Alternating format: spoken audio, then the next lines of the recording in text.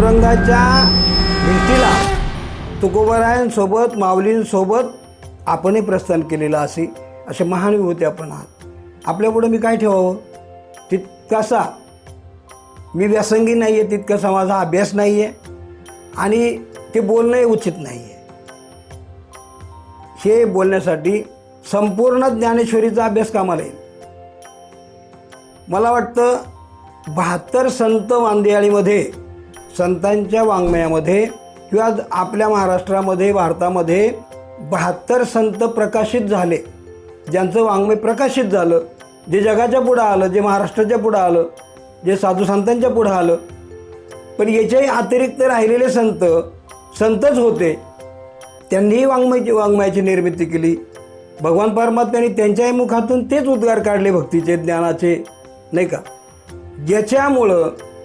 ज्याच्यामुळं आपल्याला या देहातून मुक्ती प्राप्त होईल, मोक्ष प्राप्त होईल. कारण देवाने मुळातच हा देह आपल्याला मुक्तीसाठी दिलेला आहे आणि ती मुक्ती भजनाने होते. देवे दिला देह भजना गोमटा, तो या झाला फाटा बाधिकेचा, हे संतांनी सांगितलेलं आहे. हे तुकोबारायांनी, ज्ञानोबारायांनी, कोणीही म्हणा, ते संतच आहेत. आपल्याला कोणाकडे बोट ठेवायची गरज नाही. संत वाङ्मय आपल्या उद्धाराला कारक आहे आणि ते अमृतासारखं, नामासारखं गोड आहे. अमृत, बरोबर की नाही? माऊलींनी सांगितलं, माझा मराठाची बोलू कौतुके, अमृतातेही पैजा जिंके, ऐशी अक्षरे रसिके मिळविल.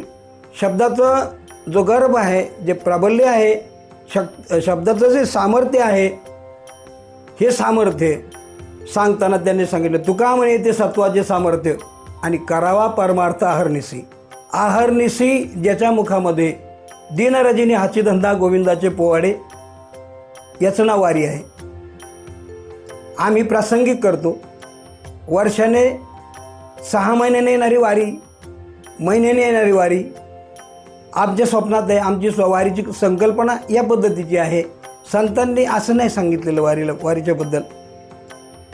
या देहाचीच वारी करायची आहे, या आयुष्याची वारी करायची आहे. जेवढं म्हणून आयुष्य तुमच्या आमच्या हातात आहे, ते हातातच नाही आहे का? कोण दिवस येईल कैसा, नाही देहाचा भरवसा, किंवा घडी घडी याची काळ वाट पाहे. हे शरीर जे मिळाले हे नाशवान आहे. याच्यावरती फक्त परमात्म्याची सत्ता आहे, याच्यावरती गुरुची सत्ता आहे, याच्यावरती संतांची सत्ता आहे. म्हणून त्यांना शरण गेलं पाहिजे. त्यांना शरण गेल्या, कोणाला? संतांना.